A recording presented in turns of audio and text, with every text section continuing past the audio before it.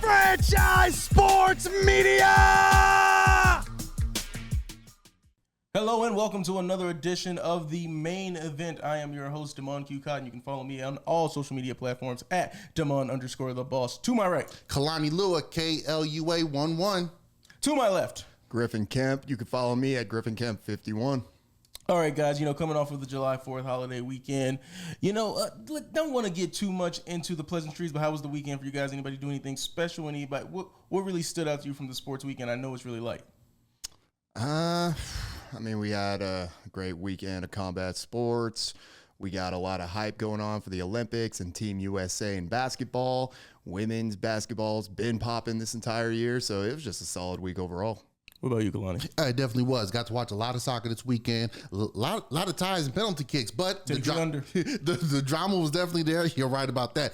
But like he said, the WNBA games we watched this weekend, a lot of fun. Ace is looking really good right now. And then obviously combat sports, what we're going to get into. I watched the new Beverly Hills Cop, Axel Foley.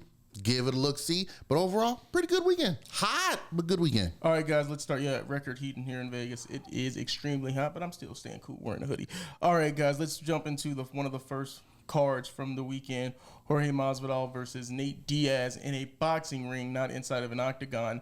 This was a card where the old man in me was being tested because it just started so late in the night. The co-main, Mosley Jr. versus Jacobs, that was a fight where he's too old to be in there. Mosley Jr., he got a nice win, but it's not a fight that I wanted to see. It was just really, let's pick it up. Let's get to the main event. I love a good card. I know that sometimes that's something that boxing lacks is, hey, just a main card and not a good undercard. But for the main event, what we're here to talk about, what did you guys think of Jorge Masvidal and Nate Diaz? I'll go ahead and start. Absolutely impressive performance by the two 39-year-old vets. These boys came out there. That was honestly my favorite fight of the whole card.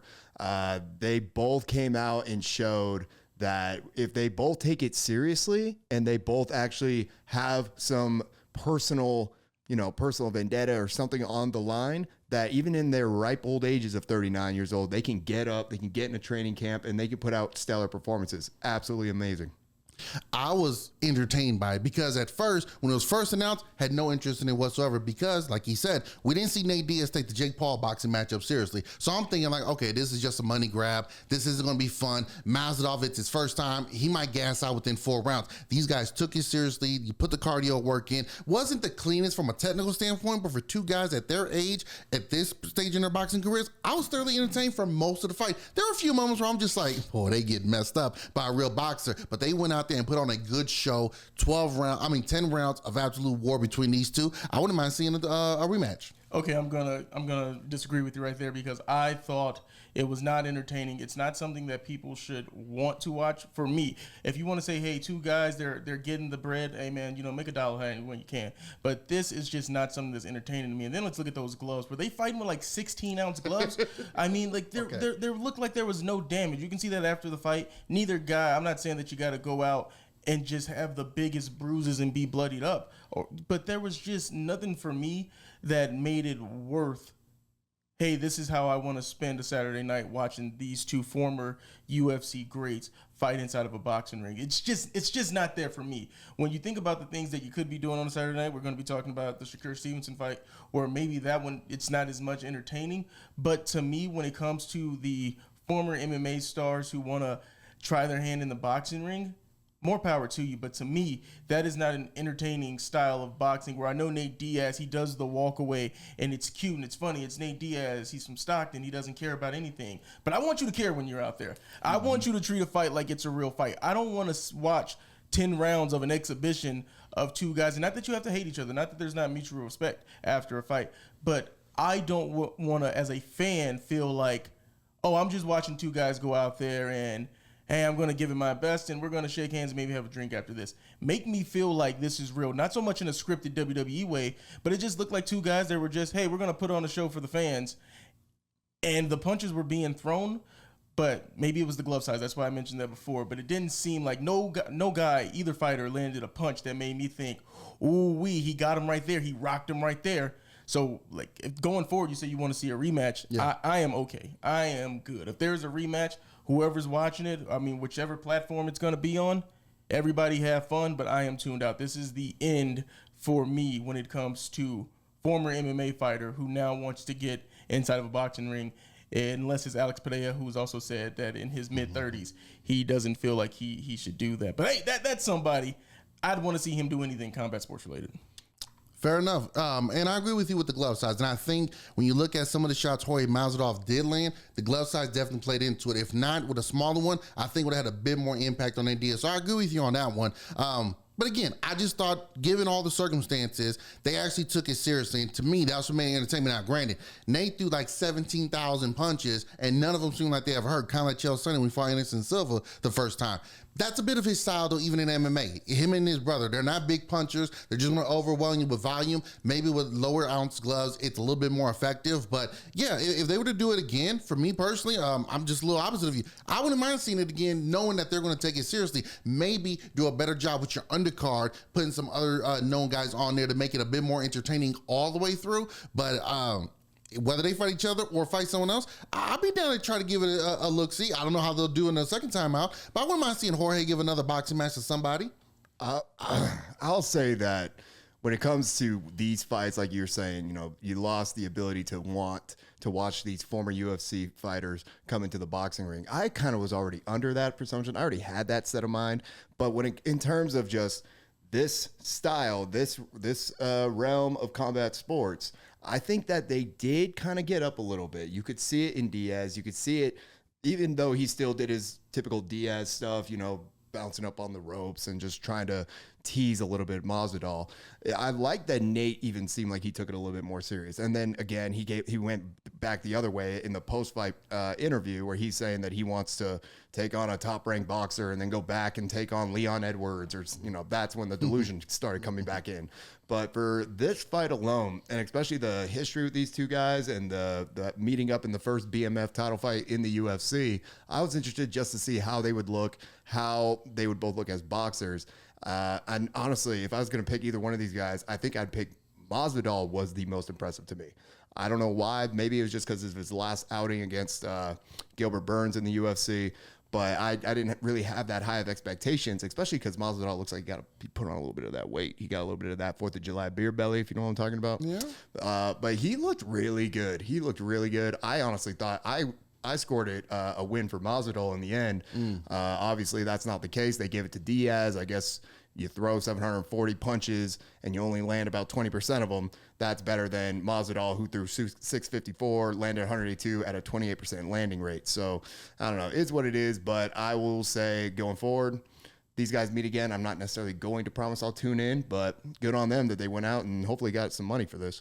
All right, another fight before we get to the Shakur Stevenson card that I want to talk about from the Masvidal-Diaz card. And it's not so much about the two guys inside the ring. It's the guy on the outside still making a clown of himself. Mm-hmm. Did you guys see Ryan Garcia having to get ejected from the arena because he's trying to start fights in the crowd? And his brother, Sean Garcia, wanted to put a little bit of that Spanish to good use and say no mas, as Armando Vargas was just dropping him. I mean, he didn't want to be in there like any longer. I felt like he tried to pull a card from his brother's playbook and say, hey, I'm going to come in a little overweight. But maybe he didn't have the juice that his brother also had. You know, it wasn't so much that Ryan Garcia missed weight. It was also that he was on the juice, and maybe that's something that Sean Garcia forgot to do in the training regimen. He just said, "Oh, I'm gonna come in overweight, just like my brother did, and I'm gonna throw some hard bombs." But he didn't realize that he didn't have that little MK2866 behind him to drop those bombs. And at the end of the night, it looked like he wanted to say no mas. That was good. I'm over. You're right. They probably was telling him, hey, man, don't you want some juice? He's like, no, I'm good. Don't you want some juice? And they're like, no, I'm good, man. I'll take water. We're trying to tell this guy. for Ryan, we've talked about on this show with mental illness and everything like that. I mean, at some point you got to be like, dude, man, what are you doing? What were even the thought process? But yeah, it was unfortunate. But his brother ended up getting the ass whooping. Many people feel Ryan deserves to be getting. So it's one of those where it's starting to get a little bit cartoonish. While I'm all for the antics, at some point it kind of has to make a little bit of sense. It kind of has to go with, okay, what's your agenda? What are you trying to do? If you're just randomly spazzing out at people in the crowd, other fighters who are not even in your weight class, et cetera, now you just look like you're just spinning off the wheels here. Maybe you had a little bit too much to drink beforehand or anything else that was going on. So hopefully he can get life itself figured out. Still a young man, bright future, has all the tools you need to be a great fighter. He just needs to get right upstairs going forward. When's the last time Ryan Garcia didn't, get kicked out of an event that he was at? When's the last time he didn't look like a clown, like you were saying? He's now hurting his little brother because despite his brother's loss in that ring, the attention should not have been on Ryan getting kicked out in the crowd because he's trying to fight fans. Let your brother at least have a career of his own. They're getting to the point now, like, dude, you went on social media and you had a video screaming racial slurs and doing just absolutely ridiculous things. You're hurting yourself. You're hurting your ability to come back from this suspension in a year. Like, let's get out of the public eye. You keep tweeting about rehab. I'm in rehab. I'm doing rehab. Then do rehab. Do rehab and stop getting into our faces and doing this clown stuff, man. It's ridiculous, and it's making anybody who's still supporting him, I guarantee those numbers are dwindling. It's time to stop. All right, now let's move on to the Shakur Stevenson card taking place in his hometown of Newark, New Jersey. I like how boxers, when you establish yourself, you saw this with Bud, where he's doing his fights in his hometown in Omaha, and that's nice when fighters say, hey, I've got the pool, and I know that the local crowd's going to show up for me. But let's talk about that undercard a little bit, because the co-main event, WBC super featherweight title bout between O'Shaquie Foster and Conceição. This was one of those fights where you watch it and it really didn't look like it was that much into question. It didn't look like it. But then you go to the judges' scorecards and you read 112, 116, Conceição. 116, 112, Foster. And finally, here's how we get a split decision. 113, 115, Conceição. And this is one of those fights where you're watching it. Timothy Bradley, Joe Tessitore, everybody on the broadcast team for ESPN thought that this was a robbery. And for me, this is one of the reasons why people are tuned out to the sport of boxing. When people can say, oh, it's rigged, it's fixed. Because you have a guy who necessarily didn't get touched, was being a ring general, but maybe the judges can say Conceição was a little bit more aggressive. But it does not matter when you look at the stats, and it's just not there to back him up. Did you guys see this fight? Was there anything? I'll read the numbers to you here. I pulled them up. Okay, Foster landed 109 punches on 435 attempts, while Conceição landed 76 punches on 701 attempts. So you're giving a guy credit for what? For being a volume puncher? Or I'm no mathematician, but I know that's what's that, under 15% of his shots landed, where you can't fix this. There's no make good for a fighter where, forgive me, I'm forgetting his name, where the in-ring interviewer after the fight says, hey, if it's any consolation, I had you 11-1. No, that doesn't make me feel good if I'm Foster. If it's he lost his belt. He's got a 1 next to his record now instead of a 0. So everybody, like guys like us, we can sit here and say, man, boxing's got to get better. But if boxing never gets better, that's why you'll continue to be a dying sport. And we'll talk more about the main event. And it's just contributing where boxing is just not giving fans a reason to respect it. Let's say, I'll say it. Boxing isn't giving its fans reasons to want to tune in and see its biggest stars, especially when you can see a fight and think everybody in here who has eyes said that one guy won and another guy lost, but the judges can say, nope, we didn't see it that way. Griffin, I'll start with you. I mean, I think that's just kind of part of combat sports in general. We've seen judges' decisions come in the UFC, Bellator, boxing. I'm sure slap boxing has had a couple situations like this as well. I don't know. I don't watch that stuff. But I think it's just kind of part of the sport. It's unfortunate to see, especially when you look at the numbers, you look at the stats, and everything everything points to the opposite decision of what the judges say who won.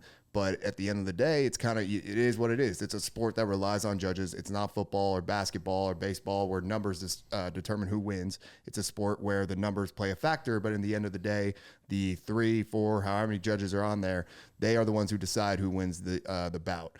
I think when it comes to how boxing looks because of this, I think boxing has its wins and its losses. Every year, everybody's saying boxing's dying. We are close to the end of boxing. We are close to absolutely the end of it. Boxing's always going to be its own entity. It's always going to struggle. They're always going to not put fights together that need to be put together. They're always going to pair a Floyd Mayweather and a Manny Pacquiao together when they're already past their primes. They're going to do stuff like that. It's just a matter of like, do you want to keep watching this sport? Would you like this sport to be, this or that? It's kind of a self-preference. But at this point, we just kind of have to take what they give us. And as long as boxing has been a professional sport, however, hundreds of years, we just kind of have to roll with it at this point. Well, I'm not going to sit here and spend half my time defending boxing because we got to get to other things in the show as well. But I do agree with you guys to an extent that this is one of the issues that they really, really need to try to hamper on.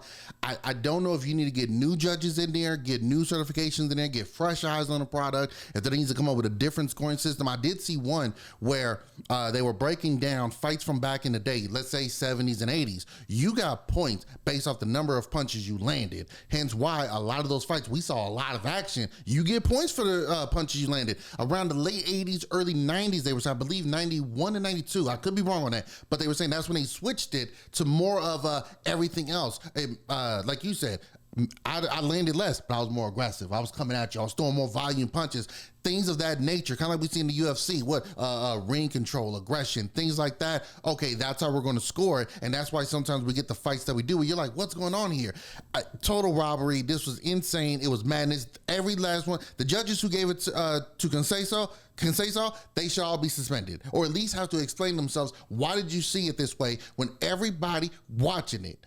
Even I think his cornerman was just like, hey, buddy, maybe next time we'll get it. Wait, we won?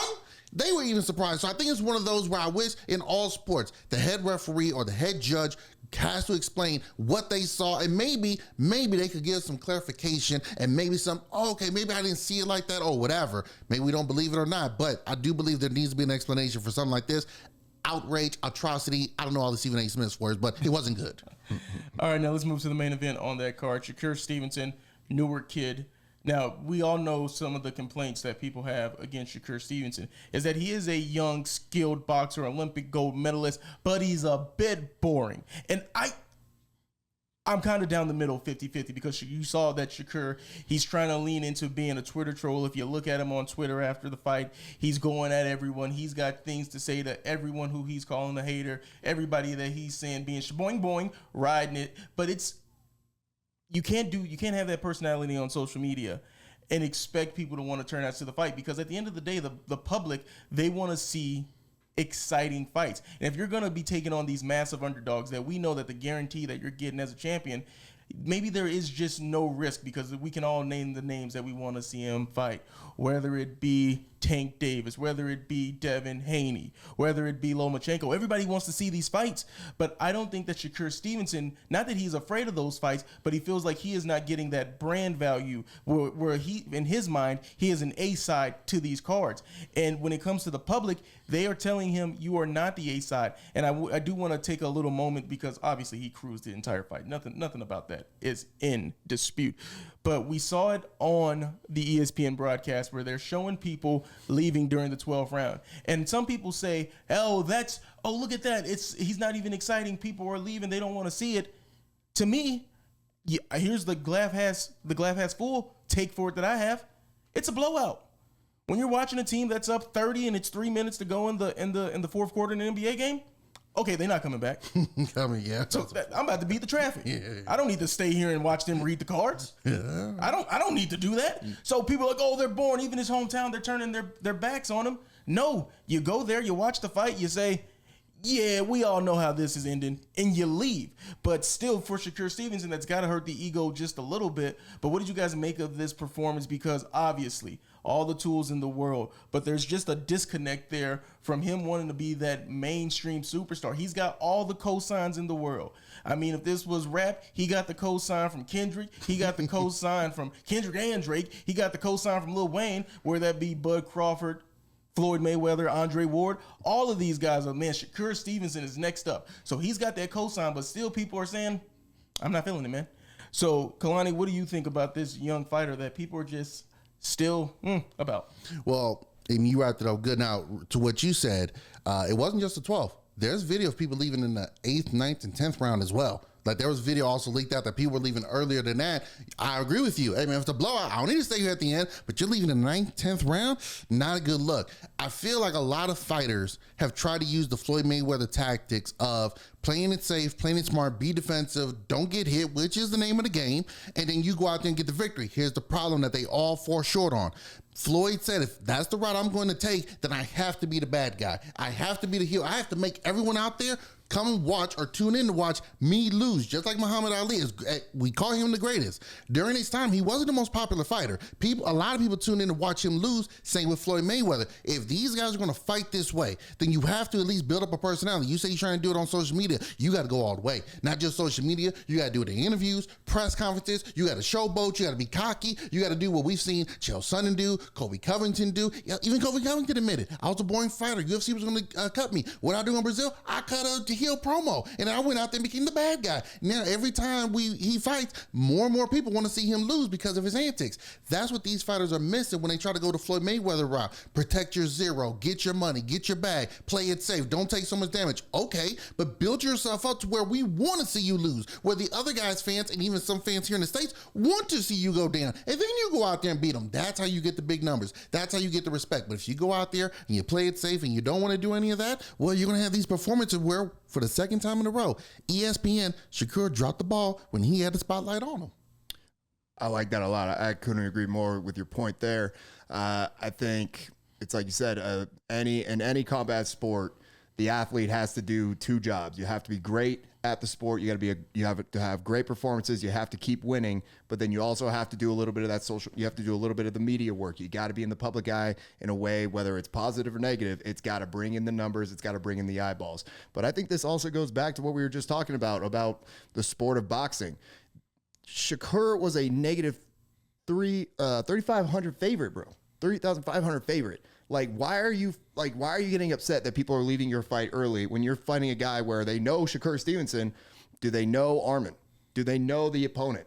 Is that because the build-up's got to be there? It can't just be, oh, come watch me box. Doesn't matter who I'm boxing. Just come watch me box. Nobody's going to pay for that. Nobody wants to watch that. Nobody wants to watch LeBron James go onto a court by himself. Watch me shoot threes. Watch me just dunk again and again and again with no competition or no negative push against me.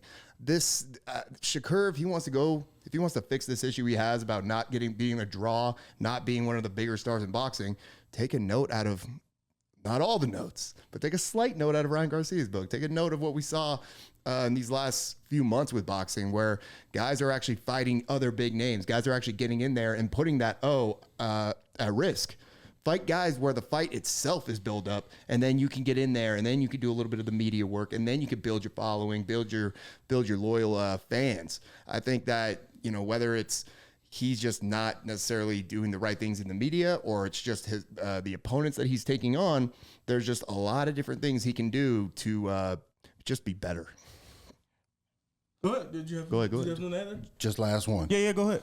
Last week's show, when we talked about 303, and I said how boring it was for Ian McGarry to go out there and have a performance hit against MVP, you both tagged up against me, and you said I was wrong because he's undefeated, he's got to win this and that.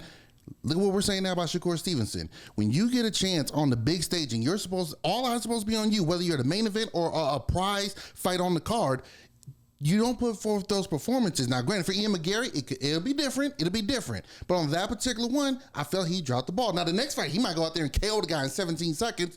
All is washed. But this is what I'm talking about for any fighter. When you go out and you have a certain opportunity, whether it's the fight card, the arena, the spot on the card, or you're the main event, you drop the ball, it's going to be hard to keep those fans entertained if you can't do the full circle turnaround. All right, real quick, because I do have to jump in there about Ian Machado. Gary, there's a difference between in the UFC and boxing where you're handpicking your opponents. In the UFC, Dana White, they are going to create the matchups that people want to see. And they figured that him against Michael Venom Page, that was a fight that people wanted to see. And if you keep winning in the UFC, you're not going to be able to avoid those people. Or let's say Shakur Stevenson. Why isn't he fighting Tank? Why didn't he fight Devin Haney? Why didn't he fight Vasily Lomachenko? In the UFC, once you start moving up into that top 10, basically once you're inside the top 10, there is no more ducking because the UFC, they make the matches. So, and I do think that maybe you're saying like he had a boring performance against Michael Venom Page, but he is polarizing. He does have a little bit of, I know for bad reasons, but let's say that Floyd Mayweather effect where people do want to see Ian Machado, Gary lose because they're not believing the hype. So when it comes to self-promotion for him as himself, I think that he is doing this right, where he is trying to make himself into a UFC star. And continuing talking about the UFC Fight Night in Denver, Rose Namajunas versus Tracy Cortez, taking place in Denver. You look at the main event and you say, oh yeah, this is definitely a pay-per-view worthy fight. You know, this could be on the main card of a pay-per-view. But then you look at a little bit further down the card and you say, maybe that belongs at the Apex. Because a fight that, you know, I will get to the main event, but just looking at the rest of the card, Julian Rocha versus Christian Rodriguez, featherweight bout, maybe that'll be good. I know it'll sure be good because those are two guys that are going to go out there and try to put on an exciting fight, and that's what we want to see. Drew Dober, the most handsome man in the UFC, going to be taking on John Silva, where that's going to be something that's fun. But for me, there's just not a lot on this card, but that is why it is a fight night. But for me, something that I would be looking for in this card, because there's not a lot that I really do like on this card, I would be looking for Drew Dober by knockout, because I know that he's either going to get knocked out or he's going to be looking for the knockout. Is there any fight on this UFC Fight Night card that you guys are saying, hey, that's something that's intriguing to me besides the main event? I mean, I can't say the main event. So I'm just going to go ahead and say, I mean, obviously the main event. I mean, we'll get to the main event, but I just want to see anything else. No, my Women Crush Wednesday is on the main event, so, but we'll talk about that in a bit. Maybe Jasmine Jasudavicius versus Fatima Klein, just because Jasmine is ranked number 15 in the flyweight division, in the women's division. That's a fight that's interesting. I think I'm always interested to see fights happen that encourage and empower the women's divisions in the UFC. When you got a top-ranked woman in Jasmine fighting on a card along with the main event between Rose and Tracy Cortez, that only strengthens the cause, that strengthens the case, it has the potential to build stars. I would hope that Jasmine would win to continue rising up in the ranks.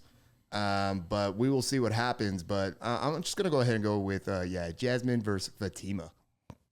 One that I got on the fight card, and the reason I'm interested in this one is another female fight is going to be Luna Santos taking on Maria Agapova. Yes. Now the reason I like this, I looked into it. You got Santos 7-1 coming from Brazil. The jiu-jitsu there, the jiu-jitsu background. You know, Brazil's always giving us exciting fighters to come up. Mackenzie Dern's making her way up there as well. But then you also got Maria coming from Kazakhstan. Now my question is, at 10-4, is she going to come in and be like Shavkat Rakhmonov and just be a nightmare in this division and just work her way up and become the boogie woman here? Is this going to be a grappling fest where we just see, okay, what is it going to be? The wrestling of the Russian mountains? Or is it going to be the Brazilian jiu-jitsu going at it? I love to see these kind of matchups. I'm very curious to see how these women will match up against each other stylistically wise. It's one of those cards where it is down the card, but I'm curious about that one as well. And then in the co-main event, I do enjoy watching Santino Ponzinibbio fight.